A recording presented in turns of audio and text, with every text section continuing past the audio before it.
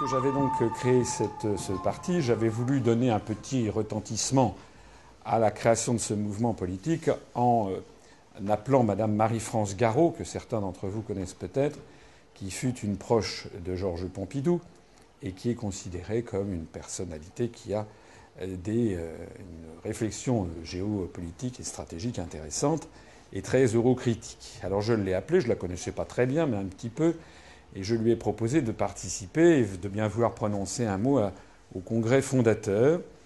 Et à quoi elle m'a dit non, monsieur, je ne viendrai pas à votre congrès. J'ai dit écoutez, je vous en remercie et pourrais-je savoir pourquoi? Et elle m'a dit monsieur, parce que vous n'arriverez à rien. J'ai dit je vous remercie de ces encouragements qui me vont droit au cœur, mais pourrais-je savoir pourquoi je n'arriverai à rien? Et elle m'avait dit parce que dans la France contemporaine, on ne peut plus créer de parti politique.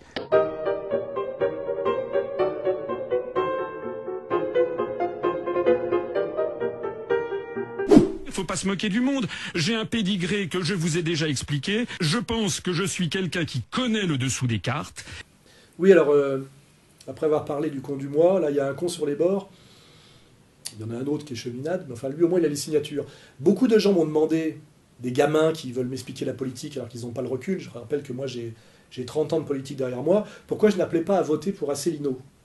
J'ai toujours dit que Asselineau faisait des très bonnes conférences, de très bonnes analyses, mais l'erreur, c'est quand il se prend pour un politique. Et moi, j'ai dit, je ne peux pas appeler à voter pour quelqu'un qui ne sera pas candidat. Or, Asselineau, quand on proposait des débats avec moi, dont je n'ai pas d'ailleurs envie, parce que je ne vois pas l'intérêt qu'on se tire dans les pattes, moi, je suis un nationaliste authentique, et comment dirais-je, cohérent, je ne combats pas contre les autres nationalistes. Hein, voilà, donc je dis, j'ai toujours relayé les conférences d'Asselineau sur l'histoire de France, la France justement comme anti-impérialisme éternel et radical, ses analyses sur l'Union européenne, il est très performant, mais Asselineau n'est pas un politique. Et quand on m'a dit pourquoi tu n'appelles pas à voter pour Asselineau plutôt que pour Marine Le Pen, je dis parce qu'on appelle à voter pour des candidats à la présidentielle qui seront candidats. Et j'ai dit Asselineau ne sera pas candidat. Je redisais tout à l'heure que certains me reprochaient d'avoir été travaillé au Conseil général des Hauts-de-Seine il y a 10 ans auprès de M. Pasqua. Il y en a d'autres qui ont dit oh là là là là, regardez ça, c'est un excellent conférencier, mais pour le reste, c'est quelqu'un qui n'a aucun charisme. Si j'avais aucun charisme, si j'étais pas un homme politique, comment se fait-il que je suis parvenu, à partir de rien, à partir de 0 €, avec tous les handicaps possibles, sans aucun soutien de quelque responsable politique que ce soit, comment se fait-il que je sois arrivé à faire ce que personne n'avait imaginé que je puisse réaliser, c'est-à-dire un parti politique en pleine croissance et qui compte déjà 1400 adhérents. Et ce qui est bizarre, c'est qu'on voit aujourd'hui qu'il n'est pas candidat, qu'il n'a même pas essayé de l'être. Or, à un moment donné, il disait « Je ne débat moi qu'avec les autres candidats car je suis candidat ». Un candidat, c'est quelqu'un qui dépose ses signatures. Et pour les déposer, il faut aller les chercher. Or, Asselineau a prétendu être candidat sans ne jamais même faire l'effort d'aller chercher ses signatures, ce que je savais moi.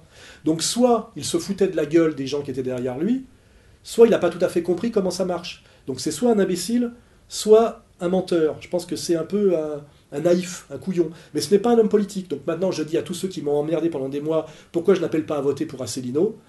Et ben je leur dis parce qu'il n'est pas candidat et que je le savais. Or, une fois de plus, vous vérifiez que je le savais avant lui. Voilà. Hein, donc maintenant, écoutez-moi encore un peu plus sérieusement aujourd'hui qu'hier. J'ai d'ailleurs déjà rappelé que si nous avions obtenu les 500 parrainages, ça aurait été sans précédent dans l'histoire. Hein, puisque les petits candidats, comme on dit, ont toujours mis plusieurs tentatives avant de pouvoir les obtenir. Et après, on arrive à ce sujet que Asselineau défend un programme national républicain, qui est le mien, et quel est le seul et unique candidat sérieux national républicain à l'élection? La réponse est bien évidemment Marine Le Pen. Je suis désolé, mais les gens qui me disent je ne vais pas citer de nom, enfin il y en a qui ont fait que hériter de leur parti politique. Je ne suis pas le fils du président de l'UPR, vous voyez ce que je veux dire? Il y en a qui n'ont fait qu'hériter de leur parti politique et qui après viennent me dire que je ne suis pas un politique. Mais que tout le monde soit au même plan. Par exemple, j'aimerais bien voir, écoutez, je vais citer des noms, j'aimerais bien voir, moi, M. Hollande, créer un parti politique à partir de 0. Ça, on rigolerait. Il arriverait à rien, parce que M. Hollande n'a aucun charisme, en plus, il n'a aucune idée, il n'a rien, M. Hollande. Je dirais pas la même chose de tout le monde. M. Mélenchon, effectivement, a du bagou. M. Mélenchon a du bagou, donc lui, il a pu donner de l'élan à son mouvement politique. Voilà. Mais il y en a d'autres, excusez-moi, ils ne vivent que de fonds publics. Je ne vois pas l'intérêt qu'on se tire dans les pattes. Moi, je suis un nationaliste authentique et, comment dirais-je, cohérent. Je ne combats pas contre les autres nationalistes. Voilà, il y a un con sur les bords. J'ai cohérent. Je ne combats pas contre les autres nationalistes. Cohérent en réo, et cohérent en réo, et cohérent en réo, et cohérent en réo, et cohérent. Je ne combats pas contre les autres nationalistes. Hein.